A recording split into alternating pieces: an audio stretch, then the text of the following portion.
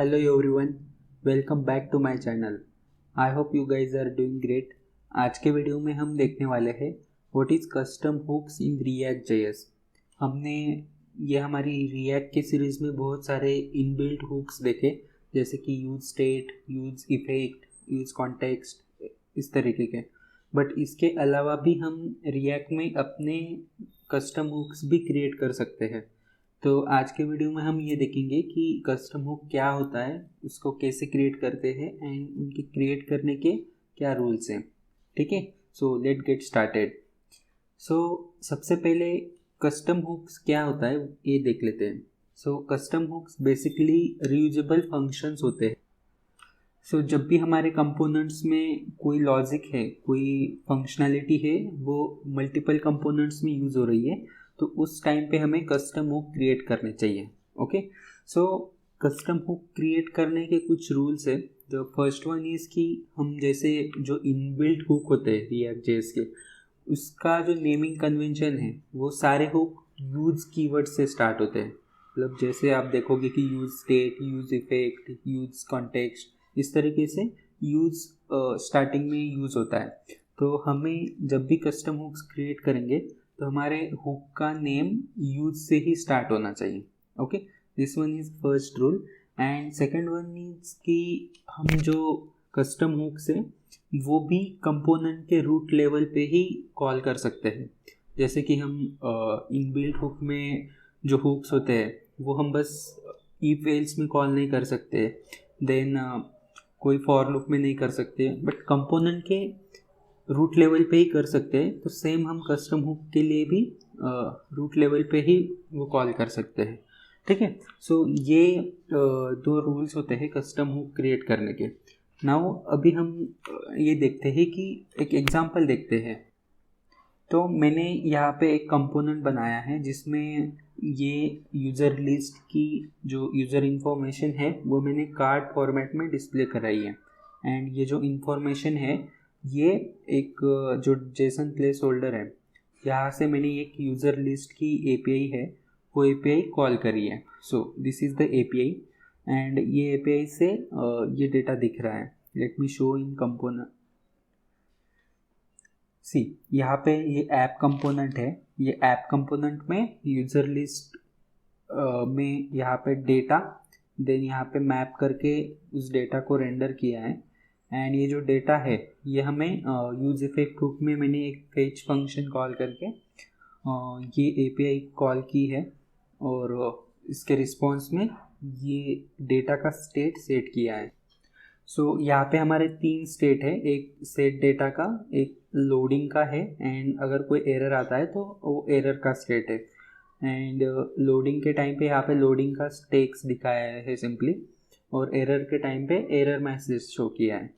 सो मैं अगर रिफ्रेश करता हूँ तो स्टार्टिंग में लोडिंग दिखता है अगर आप ध्यान से देखोगे तो। सो यहाँ पे हम ऐप कंपोनेंट में सर्वर से यूज़र्स की लिस्ट गेट कर रहे हैं by using use effect hook. So ये सर्वर से डेटा गेट करने का लॉजिक है, ये मल्टीपल कंपोनेंट्स में हो सकता है। सो हम क्या करेंगे, ये पूरे लॉजिक को जो लाइन नंबर 5 से लाइन नंबर 20 तक है इसको हम एक कस्टम हुक बनाएंगे एंड कस्टम हुक से रिटर्न करेंगे, ताकि हम ये सेम कोड हमें बार बार लिखना नहीं पड़ेगा एंड हमारा कंपोनेंट भी मेंटेन होगा। मतलब जो बड़ा दिख रहा है कंपोनेंट वो हमें एक लाइन में ही हो जाएगा। So let's create one custom hook in SRC folder. यहाँ पे हम यूज पेज नाम का एक कस्टम हुक बनाते हैं, एक यूज पेज डॉट जेएस। और ये क्या है, एक जेएस का फंक्शन है, that's why we have to use const use page function name. And जैसे हम रिएक्ट कंपोनेंट एक्सपोर्ट करते हैं, export default use page. Okay, so ये यूज पेज को जो हमारा एपीआई का एंड पॉइंट होगा यूआरएल, वो एज अ पैरामीटर पास करेंगे एंड इसमें से कुछ डेटा रिटर्न होगा जो कि हम आगे के कंपोनेंट में यूज़ करेंगे। और यहाँ पे इक्वल टू रह गया। सी, यहाँ से कुछ डेटा रिटर्न करेंगे। Let's cut this code from here and यहाँ पे डालेंगे। सो एक चीज़ यहाँ पे ध्यान रखो कि हम कस्टम हुक में कोई भी रिएक्ट का इनबिल्ट हुक है, जैसे यूज स्टेट, यूज इफेक्ट, कोई भी हुक को हम यूज कर सकते हैं इन कस्टम हुक। ओके, तो यहाँ पे हम use state and use effect use कर रहे हैं एंड ये जो URL है वो एज अ पैरामीटर मिलेगा। नाउ हमने यहाँ से डेटा फेच किया एंड यहाँ से डेटा सेट कर रहे हैं, मतलब स्टेट सेट कर रहे हैं एंड रिटर्न करना होगा हमें यहाँ से डेटा, देन इज लोडिंग, और क्या कर सकते हैं, एरर। इन केस ऑफ कोई एरर आता है तो एरर रिटर्न करेंगे। सो अभी ये हमारा हुक क्रिएट हो गया। अभी इसको हमें यूज़ करना है इन app.js, ऐप कंपोनेंट में यूज़ करना है। तो क्या करेंगे, सिंपली यूज फेच, इसको इंपोर्ट करेंगे। ओके, इसकी ज़रूरत नहीं है। सो यूज फेच को इंपोर्ट किया। नाउ यूज फेच से हमने क्या क्या रिटर्न किया है, हमने data is loading and error as a array return किया है। ठीक है, तो यहाँ पे हम एरे डिस्ट्रक्चरिंग करके उसको गेट करेंगे, जैसे कि const data is loading and error, ये तीनों वेरिएबल्स हमने यहाँ से गेट करे एंड हमें यहाँ पे URL पास करना होगा। जो API का URL है, जेसन प्लेस होल्डर का ये वाला URL, वो हम पास करेंगे इस यूज फेच हुक को। So let's save this and अगर यहाँ पे मैं रिफ्रेश करता हूँ तो सी पूरा जो फंक्शनैलिटी है, पूरे यूज़र की लिस्टिंग है, वो पहले जैसे ही दिख रही है।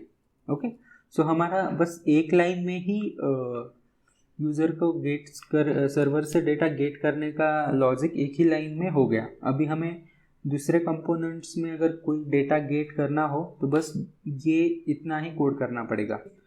So this is the one example. हम इस तरीके से काफ़ी हुक्स बना सकते हैं।